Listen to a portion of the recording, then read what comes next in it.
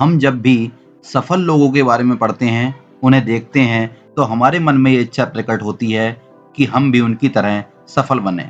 हम भी उनकी तरह इतनी ऊंचाई पर पहुंचें, लेकिन बिना लक्ष्य के सफलता हासिल करना मुमकिन नहीं है। इसलिए यदि जीवन में कुछ बड़ा बनना है, कुछ करके दिखाना है, तो सबसे पहले हमें एक लक्ष्य निर्धारित करना पड़ेगा और उस लक्ष्य पर दृढ़ रहना पड़ेगा। तभी जाकर हम अपने लक्ष्य को प्राप्त कर पाएंगे और एक सफल व्यक्ति बन पाएंगे। यदि आप एक लक्ष्य का निर्धारण करते हैं या कुछ अच्छा करने की ठान लेते हैं और हिम्मत करके मंजिल पाने के लिए कार्य को शुरू कर देते हैं, तो यकीन मानिए रास्ते खुद ब खुद खुलते चले जाएंगे। कुछ बच्चे अपने नाम के अनुसार भी होते हैं, यानी जैसा नाम होता है वैसे ही गुण होते हैं। एक स्कूल में प्रतिभा नाम की लड़की पढ़ती थी। पढ़ाई में बहुत होशियार थी और दिमाग इतना तेज था कि फट से हर सवाल का तुरंत जवाब दे देती थी। लेकिन उसके घर की माली हालत ठीक नहीं थी। उसके माता पिता मजदूरी करके अपना जीवन यापन करते थे और उसको पढ़ाते थे। प्रतिभा के माता पिता उसे बहुत प्यार करते थे। प्रतिभा अपने घर की हालत और अपने माता पिता के संघर्षों को अच्छे से महसूस करती थी। वे बहुत छोटी थी, परंतु उसके सपने बहुत बहुत बड़े थे। वे चाहती थी कि वे बड़ी होकर कलेक्टर बने, जिससे वो अपने माता पिता का, अपने स्कूल का और अपने गांव का नाम रोशन कर सके। प्रतिभा के गांव में केवल 10वीं तक का स्कूल था और इससे आगे की पढ़ाई करने के लिए गांव से दूर 10 किलोमीटर जाना पड़ता था। बहुत से माँ बाप तो बेटियों को आगे पढ़ाने के लिए बाहर नहीं भेजते थे और बहुत सारे अपनी बेटियों की शादी कर देते थे। प्रतिभा जब 10वीं में थी तो उसके मन में भी यही डर सताता था कि वे आगे की पढ़ाई कैसे कर पाएगी।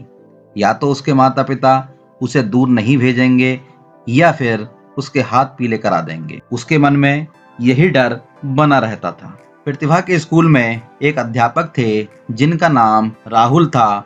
उनका बचपन बहुत गरीबी में बीता था। वे जानते थे कि गरीबी क्या होती है, तो इसलिए वे अपने बच्चों का, अपने स्कूल के बच्चों का हमेशा हौसला बढ़ाया करते थे और बच्चे भी उनसे बहुत प्रेम करते थे और उनकी हर बात मानते थे। प्रतिभा के मन का डर भी दिन प्रतिदिन बढ़ता जा रहा था। माता पिता घर की हालत देखकर वो और भी डर जाती थी। पर कहते हैं कि जब इंसान में कुछ करने का जज्बा होता है तो उस इंसान के रास्ते उसी रूप में भगवान खोलते रहते हैं और कोई ना कोई व्यक्ति ऐसा जीवन में आ जाता है जो हमें उन्नति की ओर ले जाता है। इसी तरह वे स्कूल टीचर राहुल प्रतिभा के लिए धरती पर गॉड के रूप में आ जाते हैं। प्रतिभा 10वीं में अपने स्कूल में और जिले में प्रथम स्थान प्राप्त करती है, परंतु वो खुश नहीं हो पाती। उसके मन में अंदर से एक डर लगा रहता है कि वे आगे की पढ़ाई कैसे कर पाएगी, उसकी आगे की पढ़ाई होगी या नहीं होगी। अपने इस डर और आंखों में आंसू को लेकर वे अपने माँ बाप से पूछती थी कि पापा और मम्मी, क्या मैं आगे की पढ़ाई करने के लिए दूर जा सकती हूँ? प्रतिभा के पापा कहते, बेटा जब तक स्कूल गांव में था तब तक तो ठीक था, लेकिन इतनी दूर हम शायद तुम्हें भेज नहीं पाएंगे। अब तुम बड़ी हो गई हो, यदि कोई ऊंच नीच हो जाती है तो बताओ तुमसे शादी कौन करेगा, और हम इस गांव में और इस समाज में किसी को मुंह नहीं दिखा पाएंगे। शायद आगे की पढ़ाई का खर्चा भी नहीं उठा पाए। हमारी हालत का तो तुम्हें भली भांति पता ही है। परिवार में ये बात चल ही रही थी कि अचानक स्कूल टीचर राहुल वहां आ जाते हैं और प्रतिभा के माता पिता से कहते हैं कि आपकी बेटी पढ़ाई में बहुत होशियार है और उसने 10वीं में अपने जिले में प्रथम स्थान प्राप्त किया है। आप लोग इसे आगे पढ़ने के लिए प्रोत्साहित करें, जिससे कि ये 12वीं में पूरे प्रदेश में प्रथम आए। इससे आपका, आपके गांव का और आपके शहर का नाम भी ऊंचा होगा, साथ ही आपकी बच्ची भी आगे बढ़ेगी। लेकिन प्रतिभा के पिता बोले कि हम इसका पढ़ाई का खर्चा उठा नहीं सकते, हम बहुत गरीब हैं। तभी स्कूल टीचर राहुल बोले कि मुझे पूरा विश्वास है कि आपकी बेटी ऐसा कर सकती है। आप आगे की पढ़ाई की चिंता मत कीजिए, इसकी पढ़ाई का सारा खर्चा मैं उठाऊंगा, क्योंकि मेरा भी इस दुनिया में कोई नहीं है और मैंने भी अपना बचपन गरीबी और लाचारी में बिताया है। आप प्रतिभा को मेरे ऊपर छोड़ दीजिए, मुझे इतना पता है कि कर्म करो, बाकी सब कुछ ईश्वर के ऊपर छोड़ दो। टीचर की बात सुनकर प्रतिभा के अंदर का डर चला गया और उसकी आंखों में खुशी के आंसू उमड़ गए। साथ ही माता पिता भी बहुत भावुक हो गए और उन्होंने टीचर के आगे हाथ जोड़कर माफी मांगी और कहा कि आप तो करेंगे ही, आपसे ज्यादा हम दोनों पति पत्नी मेहनत करेंगे जिससे हमारी बेटी आगे पढ़ सके। अगर जरूरत होगी तो हम आपको अवश्य बताएंगे। प्रतिभा के माता पिता ने प्रतिभा की पढ़ाई शुरू करा दी। देखते ही देखते प्रतिभा पूरे प्रदेश में प्रथम स्थान पर आई। अब वे 12वीं पास कर चुकी थी। उसका टैलेंट देखकर राज्य सरकार ने उसके आगे की पढ़ाई का खर्चा उठाने की घोषणा कर दी। अब प्रतिभा ने पीछे मुड़कर नहीं देखा और वे बहुत मेहनत करने लगी।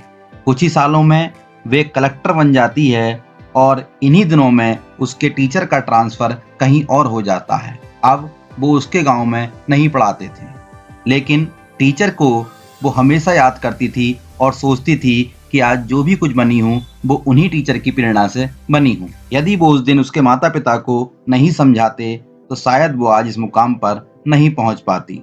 प्रतिभा अपने टीचर को हमेशा याद करती रहती थी और सोचती थी कि वो उसे किसी न किसी दिन मिल जाएं। एक दिन जब वे दौरे पर जा रही थी तो वे एक गांव में जाती है और वहां स्कूल देखकर उसके सामने रुक जाती है। तभी उसके कानों में अचानक वही बरसों पुरानी आवाज सुनाई देती है, वही बच्चों का हौसला बढ़ाने वाली आवाज, वही ऐसी बातें जो बच्चों को प्रेरणा देती है। वो धीमे धीमे अंदर जाती है और अंदर जाकर अचानक चौंक जाती है और उसके मुंह से निकलता है, अरे सर आप। वहां अपने टीचर को देखकर वो ऐसा खुश होती है कि जैसे मानो उसे समंदर में मोती मिल गया हो।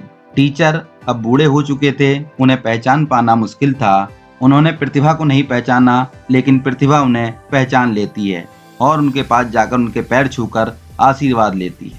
उनसे कहती है कि सर मैंने आपको कहाँ कहाँ नहीं ढूंढा, मुझे मालूम था कि आप किसी न किसी दिन किसी स्कूल में मुझे जरूर मिलोगे और मेरे जैसे और बच्चों का मार्गदर्शन करते हुए।